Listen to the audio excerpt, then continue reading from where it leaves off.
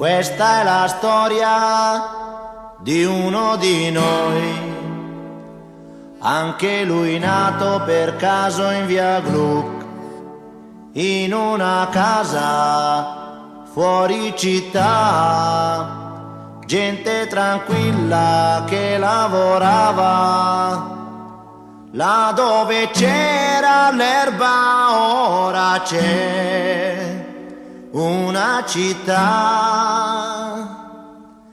e quella casa in mezzo al verde ormai dove sarà? Mio caro amico disse: qui sono nato e in questa strada ora lascio il mio cuore. Ma come fai Ogni giorno la a non stessa strada. capire?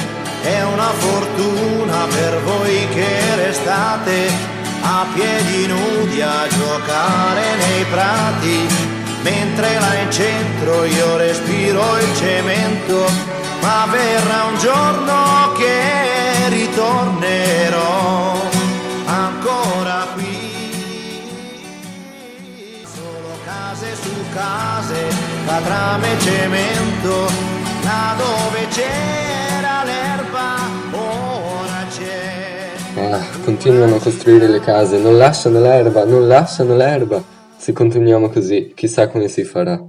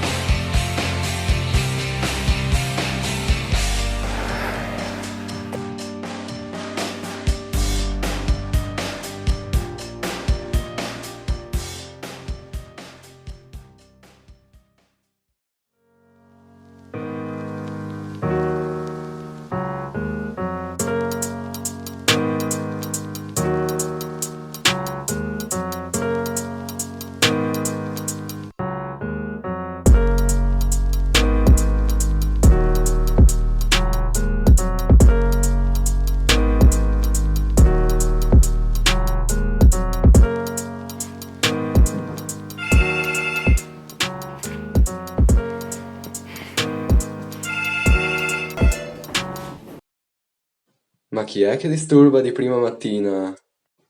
Pronto? Riccardo, non mi conosci, ma non sono qui per le presentazioni. Non ti ricordi del libro che stai leggendo? Pensaci bene, caro ragazzo. Ma chi è? Ma cosa vuole dirmi questa qua? Sì, è vero effettivamente che sto leggendo il libro sulla natura di Aristotele. La natura non fa nulla di inutile. Forse c'è un messaggio che non ho colto. Ah, l'articolo che ho letto ieri sera. Piantare alberi potrebbe salvare noi e il pianeta. È la soluzione più efficace che abbiamo. Una nuova ricerca stima che il programma di piantagione mondiale potrebbe rimuovere i 2/3 di tutte le emissioni che sono state immesse nell'atmosfera da attività umane. Il cambiamento climatico sembra un problema così immenso e complicato, sembra che sia il problema di qualcun altro e che qualcun altro se ne stia occupando o meno, e nessuno fornisce un messaggio chiaro e semplice su come affrontarlo. Ma chi ben comincia è a metà dell'opera, pianta anche tu un albero.